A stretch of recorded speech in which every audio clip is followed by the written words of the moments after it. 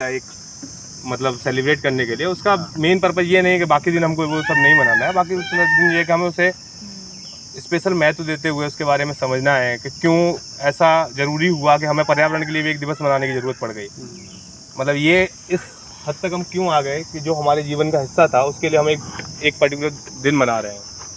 तो उसके मानव इतिहास की तो एक कहानी रही है कि उसने हमेशा से जब से इसका उद्भव हुआ है पर्यावरण के साथ चढ़ाव के संबंध इसके रहे हैं। लेकिन जैसे कि इंडस्ट्रियलाइजेशन का दौर रहा, ये एक ऐसा दौर रहा है जिसमें कि हमेशा से मानव और पर्यावरण और पृथ्वी के बीच में एक संघर्ष का समय देखा गया है।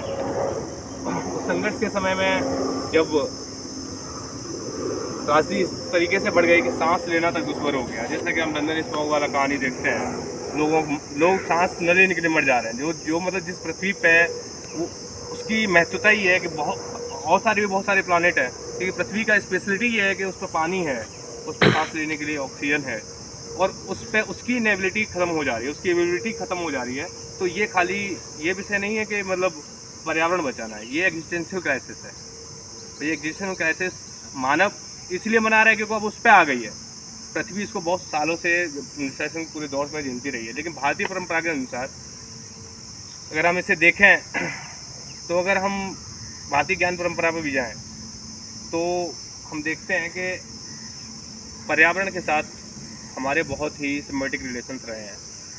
उसमें चाहे तो आप ऐसा देख लें कि वेदों की ऋचाओं में लिखा गया है पृथ्वी हमारे माँ समान है, वो हमें हमेशा से पालन पोषण भरण पोषण का काम करती रही है, और अपनी माँ से हमेशा से ये रहता है कि हमें कुछ मिलता रहेगा।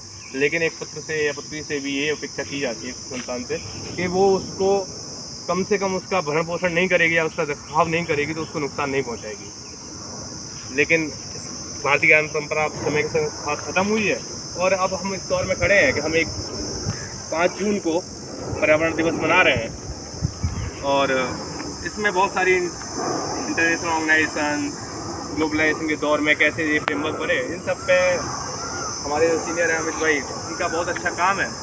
और उनका विषय भी ये है कि वाटर गवर्नेंस, और वो इन सब पे पढ़ते भी रहते हैं, और अच्छा एक उनका अध्ययन है। तो मैं चाहूँगा कि आपको एक थोड़ा सा मतलब रिसर्च ओरिएंटेड और इसके पीछे का क्या डायनेमिक्स है।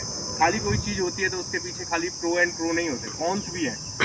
ऐसा क्यों किया गया? जब कोई दिवस मना के तो हम प्रेशर कुकर की तरह भी काम करते हैं। जब पर्यावरण इतना कुछ बढ़ जा रहा है तो उसके लिए एक दिन